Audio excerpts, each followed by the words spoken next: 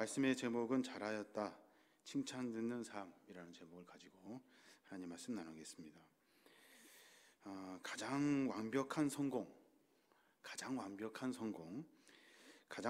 성공이 뭘까요? 그것은 아마도 하나님의 입술에서부터 나오는 잘하였다 하는 칭찬의 말일 거예요. 그것이 아마 가장 크고 가장 완벽한 성공이 될 겁니다. 근데 생각해 보면 우리는 하나님의 칭찬보다 주변 사람들로부터 칭찬받고 또 권위자들로부터 칭찬받기를 원하는 것이 우리 인간의 연약함이 아닌가 생각해 보게 됩니다. 하나님께 칭찬 듣는 것이 더 중요한데 사람에게 칭찬 듣는 것이 더 좋아 보이고, 하나님께 잘하였다 하는 이야기를 들어서 우리가 세상에서 어렵지만 하나님부터 은혜를 누리는 것이 가장 귀할 것인데 우리는 늘 사람의 칭찬에 이렇게 마음을 뺏기게 된다는 겁니다. 오늘 저는 재직 헌신 예배 설교를 준비하면서 어떻게 하면 우리 재직들이 하나님께 칭찬받을 수 있을까 하는 고민을 해보게 됩니다. 특별히 오늘 디모데 후서를 기록하여 준 사도 바울의 이야기를 통해서 칭찬 듣는 방법 두 가지를 같이 함께 고민해 봤으면 좋겠어요. 여러모로 봤을 때 디모데 후서를 쓰고 있는 그 당시 사도 바울은 실패한 사람입니다.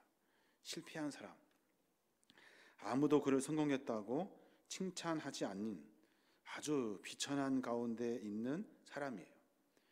그 편지를 쓸 때 그는 감옥에 있었고 처형을 앞두고 있었어요. 그를 따르고 있는 친구와 제자들은 하나 둘씩 그를 떠나기 시작했습니다. 그가 그렇게 열심히 세웠던 교회라는 공동체, 한참 부흥을 맛보고 성장하는 시기가 아니라 사도 바울이 감옥에 있다, 곧 처형된다 하는 이야기를 듣고 교인들이 흩어지기 시작합니다. 그러면서 교회 안에 많은 사람들이 흩어지는 교회 교인들을 막고자 아주 고투했던 그런 시기를 지냈던 그런 시기예요.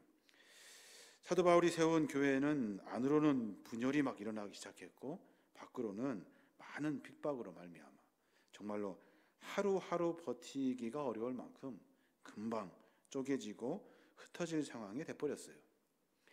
사도 바울이 감옥에서 죽음을 앞두고 있을 때 이제 남지 않은 친구에게 편지를 보냅니다. 그 편지를 보내면서 사도 바울을 스스로 생각했을 거예요. 내가 도대체 누구에게 어떤 편지를 쓸 것인가? 아마 자기의 삶의 모습을 되돌아보면 이 삶이, 내가 감옥에 있고 곧 죽을 수밖에 없는 이 상황이 실패라고 쓰고 싶지는 않았을 거예요.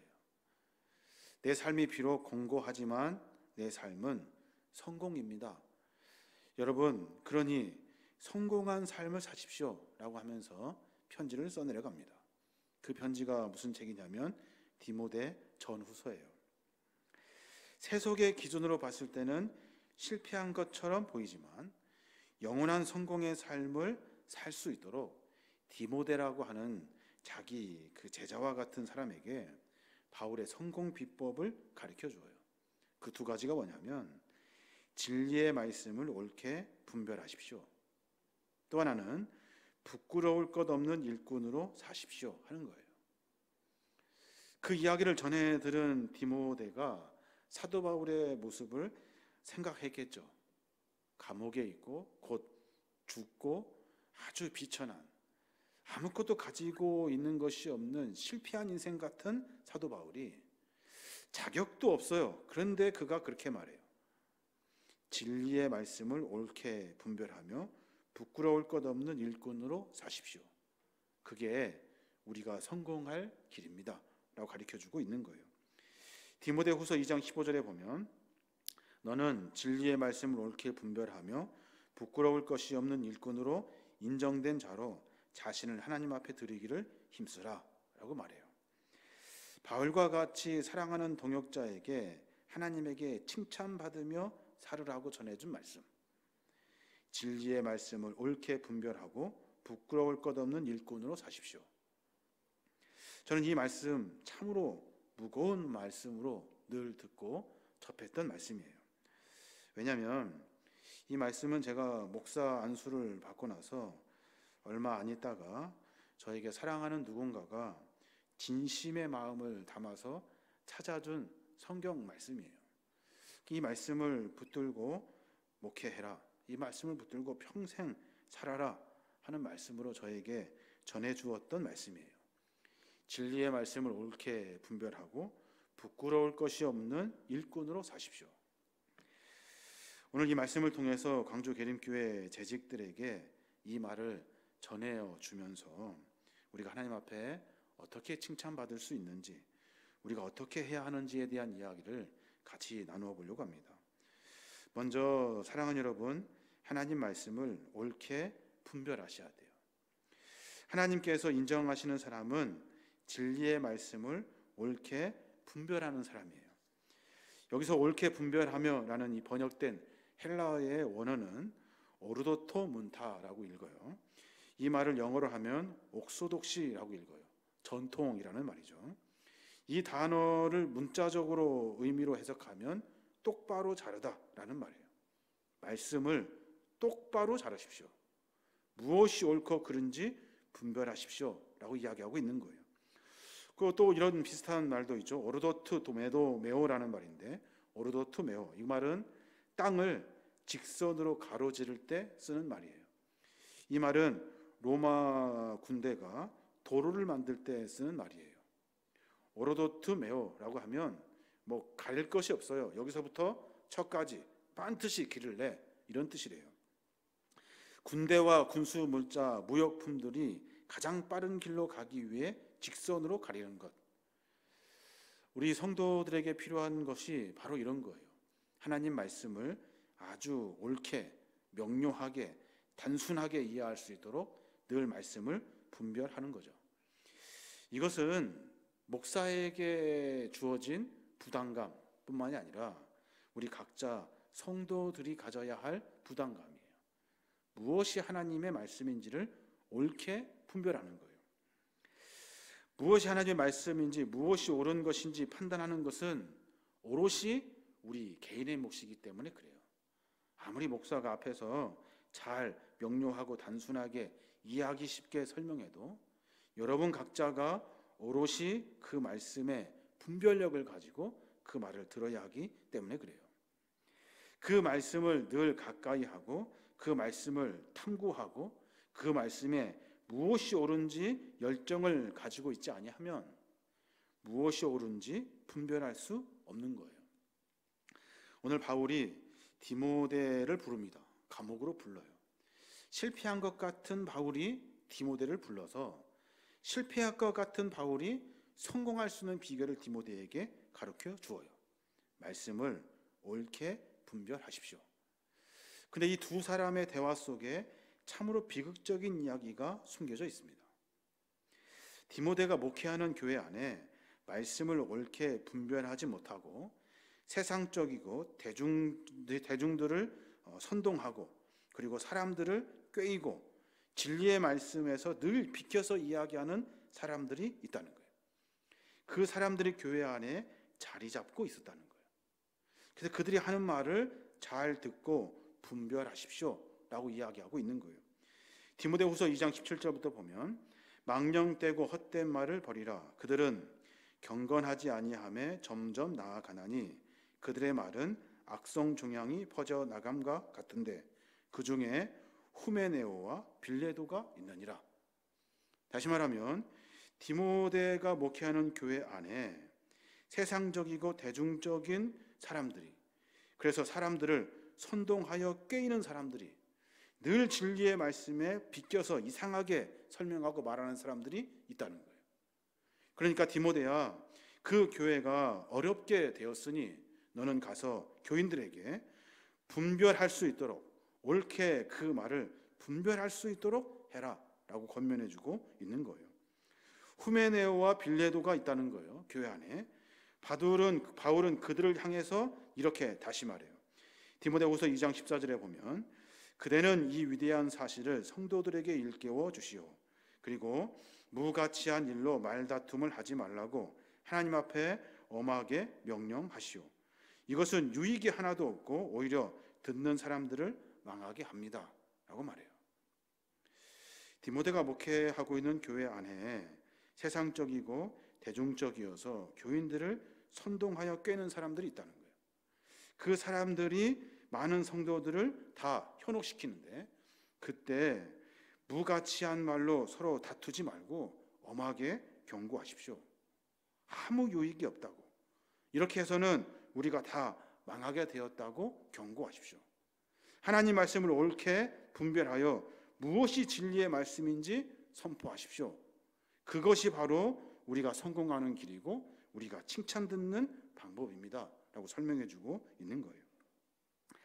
만약에 후메네오가 말하고 있다고요, 교회 안에, 그러면 듣지 말라고 말해 주세요. 만약 빌레도가 교회 안에 있다면 같이 있지 말라고 해주세요. 후메네오가 그것이 진리인 것처럼 사람을 속이면 그 모임에서 교인들로 하여금 그곳에 가지 말라고 말해주세요. 라고 지금 사도 바울이 이야기하고 있는 거예요.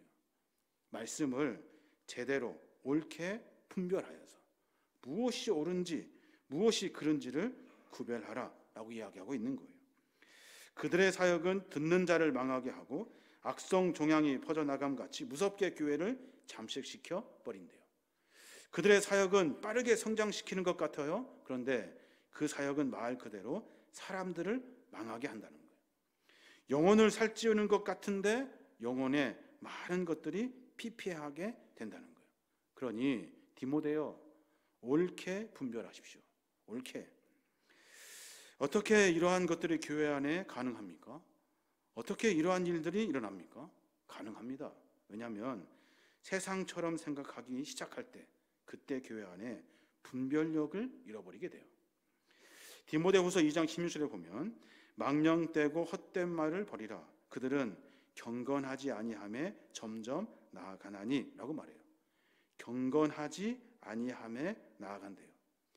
NIV 성경으로 보면, 영어 성경에 보면 경건하지 아니함을 번역하면 불경건한 수다에 점점점 빠져갑니다 라고 말해요. ESV라는 성경 버전이 있어요. 그 버전에 보면 불손한 잡담에 점점 빠져갑니다 라고 말해요. 불손한 잡담은 성전 밖에서 이루어지는 말들이에요. 그 말들이 교회 안에 들어와서 우리 교인들의 생각들을 잠식시켜 간다는 거예요. 그때 디모데요, 말씀을 옳게 분별하여 무엇이 그른지 무엇이 바른지를 선포해 주십시오 라고 이야기하고 있는 거예요. 교회 안에 세속적인 사고, 세상의 우선순위와 관점이 성경적인 우선순위 관점보다 우위에 서게 되고, 그러면서 진리를 속여버리게 된다는 거예요. 그러니까 옳게 분별해야 하는 거예요. 세상적인 수다, 세상적인 잡담, 세상적인 방법, 세상적인 원리가 교회 안에 슬그머니 들어와서 말씀이 기준이 되어야 할 자리를 차지하게 된다는 거예요. 그러니까 디모데요, 말씀을 옳게 분별하십시오 라고 선포하고 있는 거예요. 사랑하는 재직 여러분, 그리고 여기 모인 성도 여러분, 우리는 하나님의 말씀을 옳게 분별할 수 있어야 하는 거예요. 세상의 방법에 현혹되어서는 안 돼요. 그래야 교회를 지켜나갈 수 있어요. 늘 자기가 생각하고 싶은 대로, 판단하고 싶은 대로, 말하고 싶은 대로 세상의 쉬운 방법을 가지고 마치 그것이 교회의 진리인 것처럼 말하고 선포하고 일한다면 교회는 엉망이 돼버리게 되는 거예요. 디모데를 향해서 바울이 그것을 염려하여 말하고 있는 거예요. 말씀을 옳게 분별해야 무엇이 맞는지 무엇이 틀린지 알 수 있다는 거예요. 바울이 후메네오와 빌레도를 언급했을 때 디모데는 그 사람들이 누군지 다 알고 있었어요. 아, 그렇군요. 끄덕끄덕 했다는 거예요. 그들은 처음 보는 사람 아니었어요. 늘 디모데의 동역자들이었어요. 후메네오와 빌레오. 또 있죠. 바울을 떠난 데마도 마찬가지예요. 사도 바울이 골로새 교회와 빌레몬에 편지했을 때 바울과 누가와 함께 있던 사람 데마를 소개해요. 그도 역시 잘 하나님을 섬기는 사람인데 갑자기 이상하게 세상적인 방법의 이야기들을 가지고 교회 안에 끌고 들어왔다는 거예요.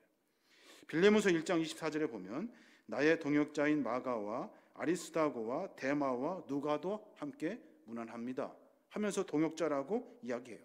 그런데 디모데에게 편지했을 때 데마는 끔찍하게도 세상을 사랑하여 나를 버리고 데살로니가로 갔으니 라고 말해요. 무슨 말입니까? 많은 사람들이 세상적인 방법을 가지고 교회 안에 가지고 들어와서 교회의 일을 한다는 거예요. 누가 분별해야 돼요? 누가? 재직들이, 교회를 지키는 사람들이 분별해야 하는 거예요.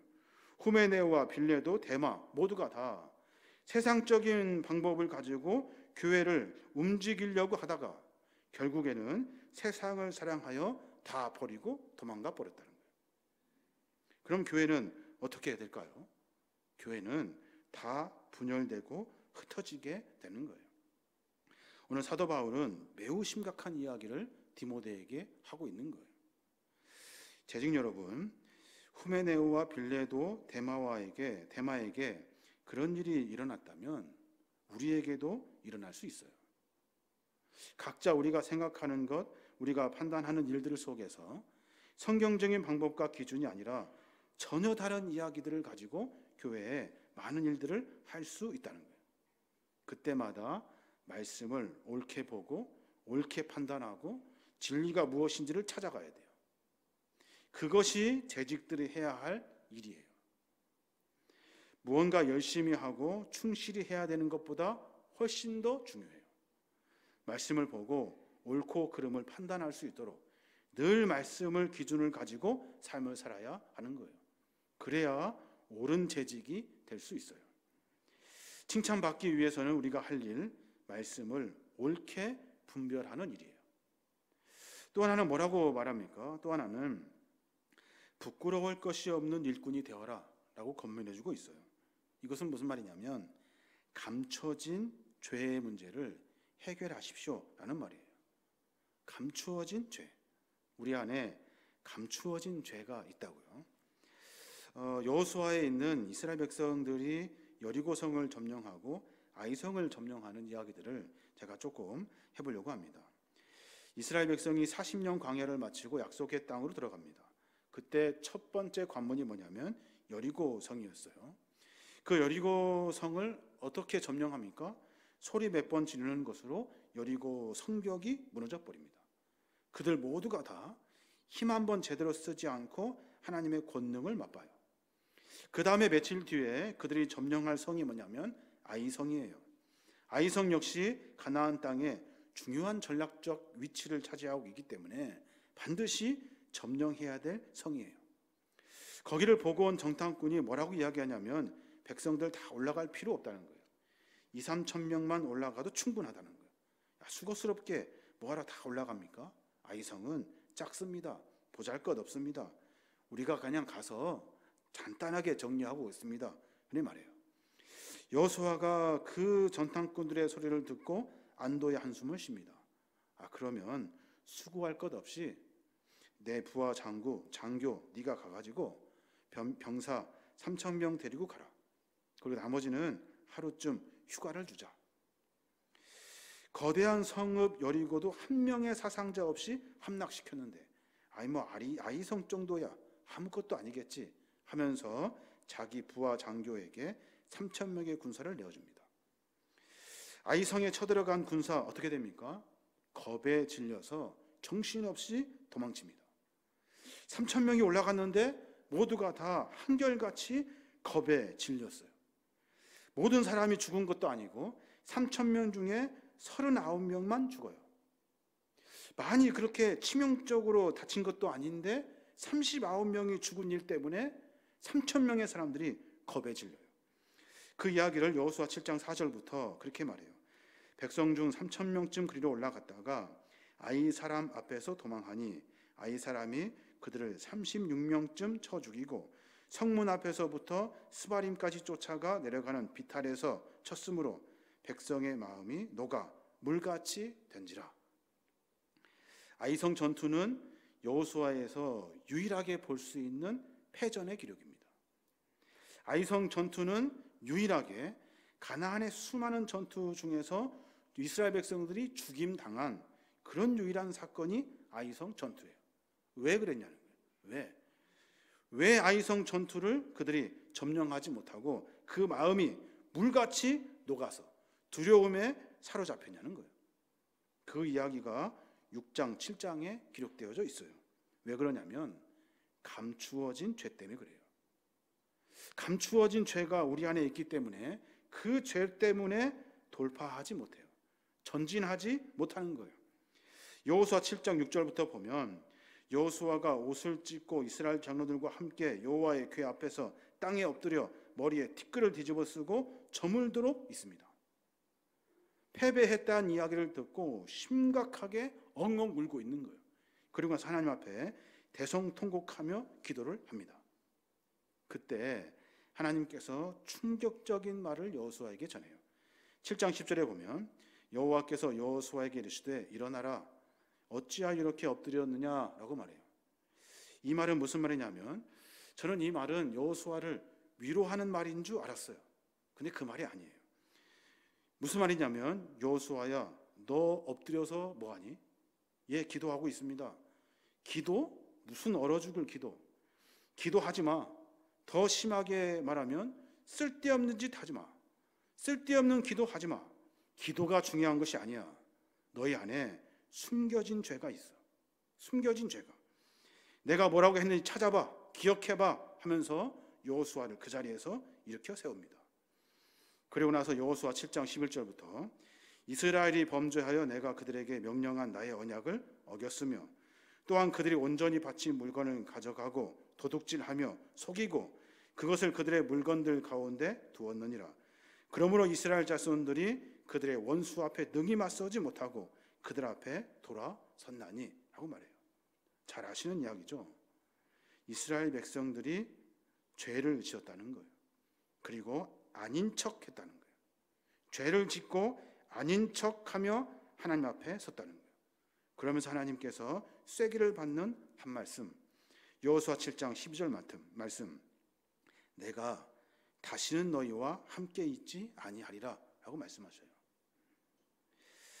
이 말씀은 저에게 그리고 우리에게 여기 모인 재직들에게 하나님이 하시는 말씀이에요.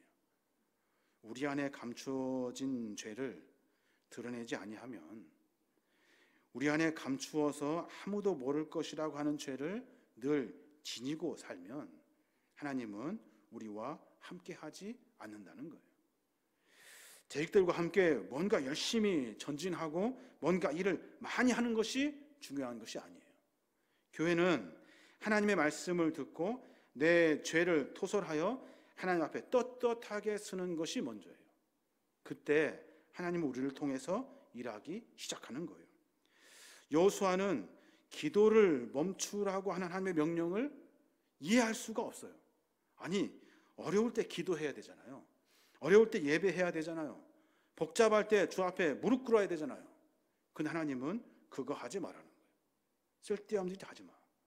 너희들의 안에 감추어진 죄를 드러내어야 한다 라고 선포하고 있는 거예요.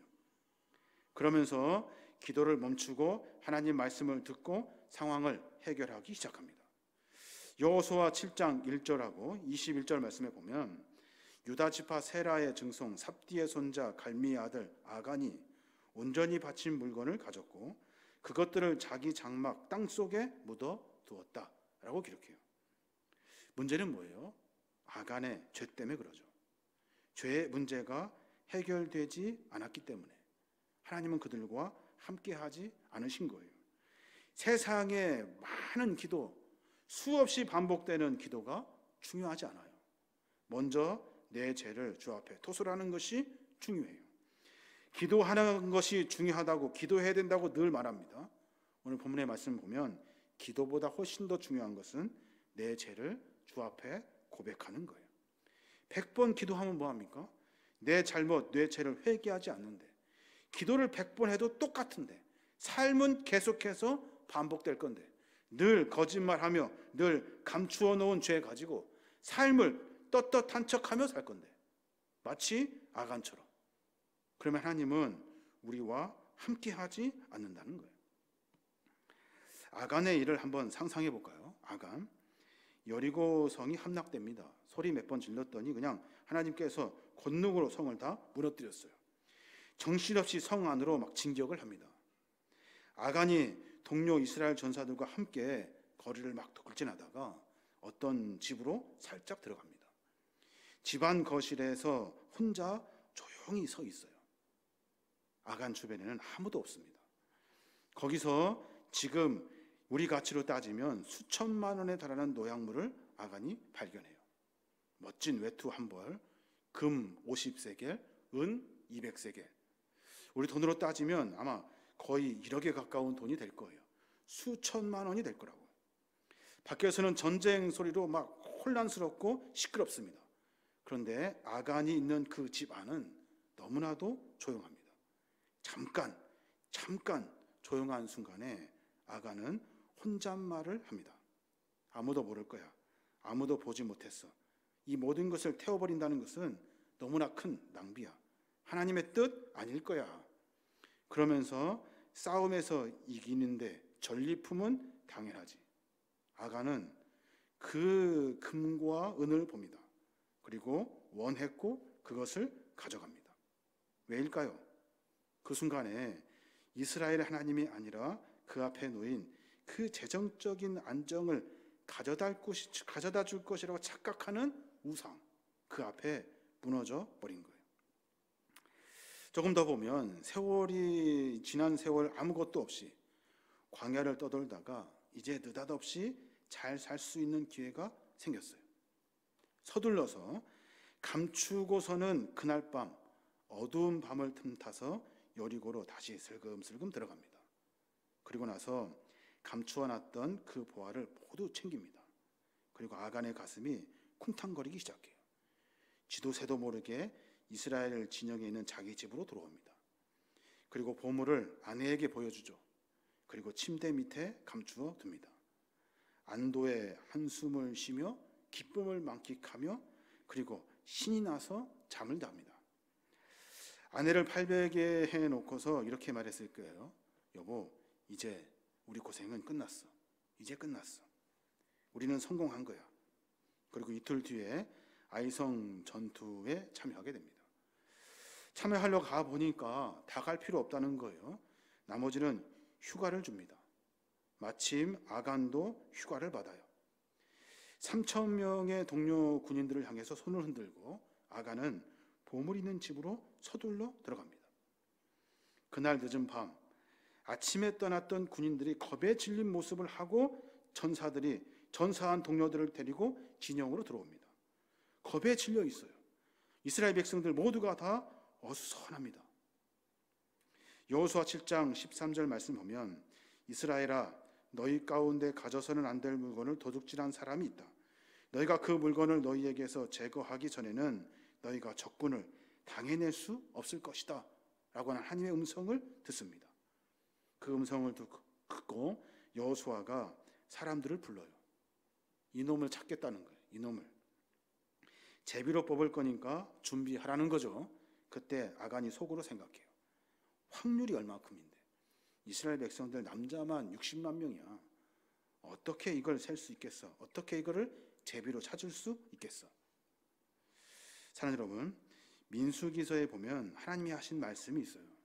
민수기 32장 23절에 보면 너희 죄가 반드시 너희를 찾아낼 줄 알라라고 말해요. 죄는 하나님이 찾는 것이 아니에요. 죄는 죄가 우리를 찾아요.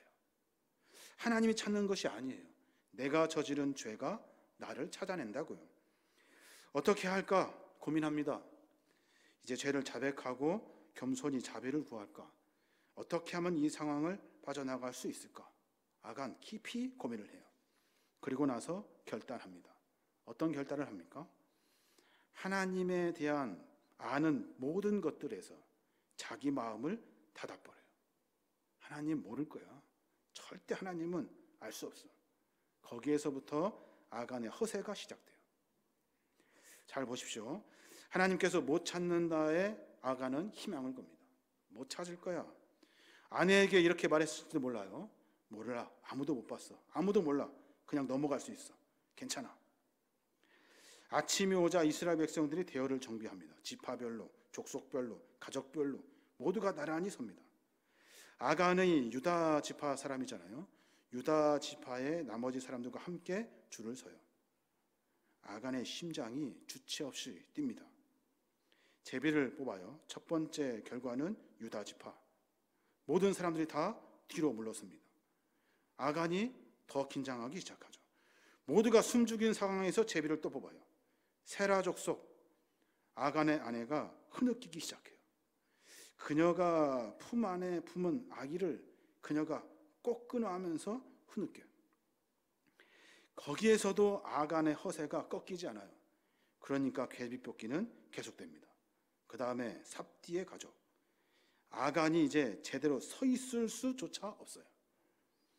제비뽑기는 계속됩니다. 그리고 나서 집안의 가장인 아간이 마지막 제비의 주인공이 됩니다. 잘 아시는 이야기일 거예요. 사랑하는 여러분, 기억하십시오. 우리의 죄가 우리를 찾아낸다고요. 내가 지은 죄가 나를 찾아요. 하나님이 찾는 게 아니에요. 내가 저지른 죄가 나를 찾아요. 그제서야 아간이 죄를 자백합니다. 왜요? 선택의 여지가 없으니까. 어쩔 수 없이 자백한 거예요. 사람들이 아간의 집에서 하나님께 바쳐진 물건들을 찾아가지고 나옵니다. 아간과 그의 가족들이 훔친 물건을 가지고 그 골짜기로 이동해요. 아골 골짜기로 이동하는 거예요. 가족 수대로 구더기를 팝니다. 그리고 가족 한 명 한 명에게 구더기에 들어가라고 명령합니다. 여호수아 7장 25절에 보면 여호수아가 이르되 내가 어찌하여 우리를 괴롭게 하였느냐 여호와께서 오늘 너를 괴롭게 하시리라 하니 온 이스라엘이 그를 돌로 치고 물건들도 돌로 치고 불사르고 그 위에 돌 무더기를 크게 쌓았더니 오늘까지 있더라.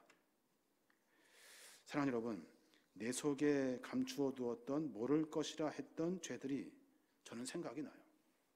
내가 지었던 죄들이 생각이 나요. 우리는 하나님 앞에 죄를 짓지 않고 떳떳하게 살아야 하는데 우리가 삶 속에서 죄인으로 삶을 살아내니 우리는 늘 죄 속에 반복하며 살아요.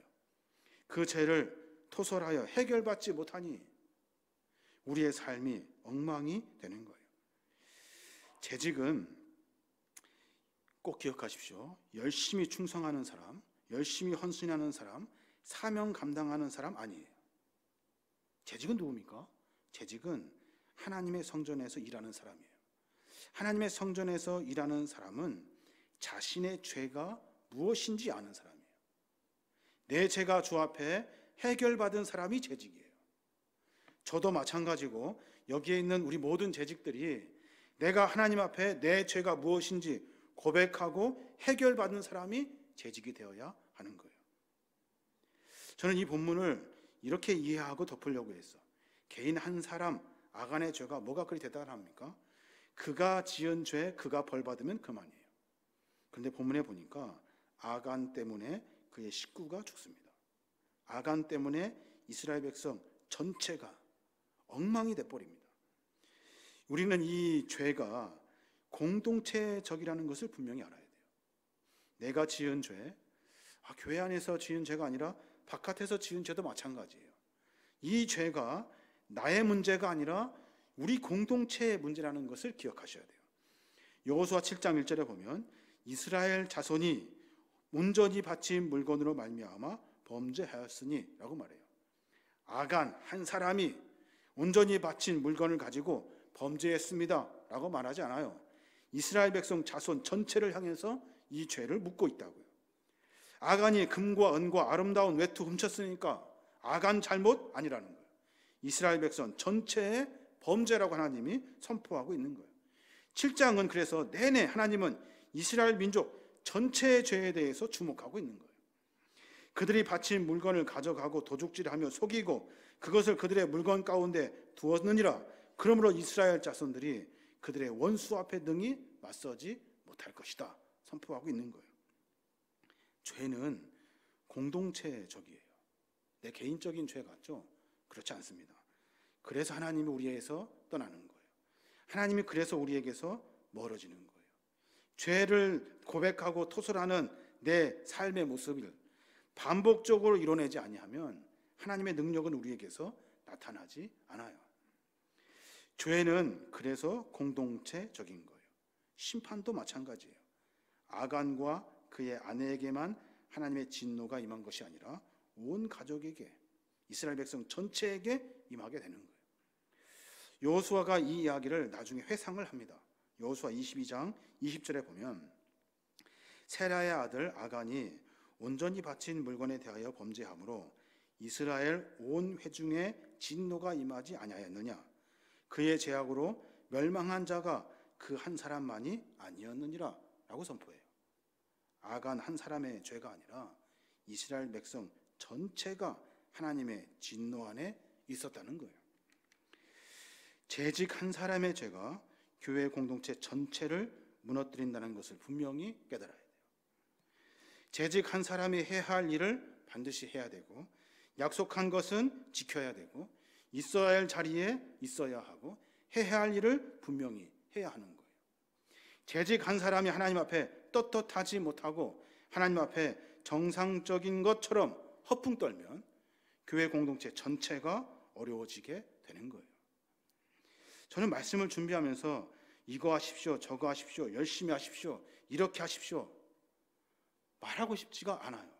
왜요? 우리의 죄가 우리를 그렇게 만들어버려요. 우리에게 문제는 우리가 죄를 짓느냐 안 짓느냐가 아니에요. 우리는 다 죄를 지어요. 목사도 죄를 지어요. 완벽한 사람은 아무도 없어요. 문제는 뭐예요? 그 죄에 대해 어떻게 할 거냐 하는 거예요. 아간처럼 허풍 떨며 멀쩡한 척 할 거냐, 아니면 매번 주 앞에 죄를 토설하며 하나님 앞에 내 죄를 드러낼 것인가, 그래서 새로운 삶으로 한 걸음을 전진할 것인가. 그 가름막길에서 우리가 무엇을 선택할지를 생각해 봐야 하는 거예요. 여러분 각자 한 사람 한 사람의 죄를 생각해내어서 하나님 앞에 그 죄를 토설하고 문제를 해결받아야 돼요. 감사한 건 뭡니까? 요한일서 1장 9절 말씀. 만일 우리가 우리 죄를 자백하면 그는 미쁘시고 의로우사 우리 죄를 사하시며 우리를 모든 불의에서 깨끗하게 하실 것이요 라고 선포하셔요. 우리가 죄하고 마주쳤을 때 죄에 대해 변명하거나 숨기거나 멀쩡한 척하며 사는 것이 아니라 우리의 죄를 자백하고 고백하면, 주님 앞에 내 죄를 토설하면 주님은 미쁘시고 의로우셔서 우리의 죄를 사해 주시고 우리를 깨끗하게 하셔서 다시 살 수 있도록 기회를 주신다는 거예요. 만약에 우리가 죄하고 마주쳤을 때, 내가 지은 죄하고 마주쳤을 때 결과적으로 나타내는 결과는 두 가지예요. 하나는 바닥에 쓰러져서 엎드려 우는 거예요. 내 안에 죄가 드러나기 시작하면 견딜 수가 없어서 바닥에 쓰러져 엎드려 우는 것밖에 없어요. 또 하나는 쓰러져 있는 우리를 하나님께서 일으켜 주시고 용서하시고 다시 싸울 수 있도록, 다시 일할 수 있도록 은혜를 베풀어 주셔서 다시 그 은혜로 일어서는 것, 이 두 가지밖에 없어요. 죄를 두고서 멀쩡한 척하면 이 은혜를 만날 수 없어요. 사랑하는 재직 여러분, 내가 지은 죄를 고백함으로 말미암아 하나님의 은혜를 만나야 하는 거예요. 그 은혜를 고백함으로 말미암아 하나님은 우리를 용서하시고 죄를 사하시고 새로운 삶으로 살게 하셔요. 100번 구호 외치면 뭐합니까? 100번 이렇게 합시다 선포하면 뭐합니까? 100번 하십시오 라고 달래면 뭐합니까? 여전히 우리 안에 있는 죄는 우리를 잠식할 거예요. 한 발짝도 못 움직이게 할 거고 하나님은 우리와 함께 하지 아니하실 거예요. 뭘부터 해야 됩니까? 우리의 죄를 먼저 고백하는 것에서부터 시작하는 거예요. 하나님 앞에 허풍 떨면 안 돼요. 멀쩡한 척하면 안 돼요. 죄는 고백해야 되고 죄는 용서받아야 하는 거예요. 그래야 새로운 삶을 시작할 수 있어요. 이제 모든 말씀을 요하겠습니다. 사랑하는 여러분, 재직 헌신 예배 설교를 준비하면서 집사님, 권사님, 안수 집사님, 장로님, 그리고 목사님, 말씀을 잘 분별하셔야 돼요. 무엇이 세상의 기준인지 하나님의 말씀의 기준인지를 가름하셔야 돼요. 그러려면 어떻게 해야 됩니까? 쌈박하게 듣기 편한 말, 판단하기 쉬운 것에 쉽게 마음을 뺏겨서는 안 돼요. 성경 말씀을 가지고 고민하고 또 고민하고 사건들마다 말씀을 빗대어서 그 사건이 하나님은 뭐라고 말씀하시는지를 찾아가야 돼요. 그 몸부림이 우리 안에 있지 아니하면 우리는 한 발짝도 움직일 수 없어요. 죄를 회개해야 돼요. 죄를 회개하라고 하니까 그냥 의뢰하는 말 같죠. 죄를 회개하지 아니하면 하나님 우리와 함께하지 않아요. 아이성보다 더 조그만한 갓난아이 성도 이길 수가 없어요. 움직일 수가 없어요. 재직 헌신 예배라고 멋진 강의, 멋진 설교, 그것이 우리를 새롭게 하는 것이 아니에요. 내 죄를 토선하고 하나님께 용서를 구하여 다시 시작할 수 있는 한 사람 한 사람의 용기가 필요해요. 그래야 다시 일어설 수 있어요. 저와 여러분이 재직이라면 고칠 것 있으면 고쳐야 돼요. 덮어두었던 것들을 찾아내서 끄집어내요. 다시 새롭게 해야 돼요. 하나님 앞에 떳떳하지 못한 것들을 돌이켜서 내가 해야 할 일들을 찾아야 돼요. 내가 해야 할 일, 지켜야 될 약속, 해야 있어야 할 자리를 지키며 하나님의 사명을 감당해야 하는 거예요. 괜찮겠지 하면서 무던하게 아무렇지 않은 척 하나님을 허풍 떨는 사람으로 만들어버려서 삶을 살아내면 아무런 변화도 일어나지 않아요. 저 여러분이 깊이 한번 고민해 봤으면 좋겠어요. 오늘 이 말씀을 같이 묵상하면서 저에게 주었던 그분의 마음을, 그 말씀을 찾아서 저에게 주었던 그분의 그 사랑의 마음을 다시 한번 생각해 보게 됩니다. 나를 얼마큼 사랑하셨으면, 나를 얼마나큼 생각했으면 그 귀한 말씀을 주셨을까? 삶의 시작, 신앙의 시작은 거기에서부터 시작하는 거예요. 어렵지만 그 일을 통해서 삶을 바꿔낼 수 있어야 하는 겁니다. 저 여러분이 그런 일들로 하여금 재직이면 재직답게, 하나님의 사람이면 하나님의 사람답게 사는 거예요. 그래야만이 하나님의 은혜를 만날 수 있고 세상을 이길 수 있어요. 적당하게 사는 것 하나님은 용서하지 않으셔요. 우리의 삶을 다시 점검하여서 새롭게 내 삶을 일으켜 나아가시는 저와 여러분이 되시길 주님의 이름으로 축원합니다.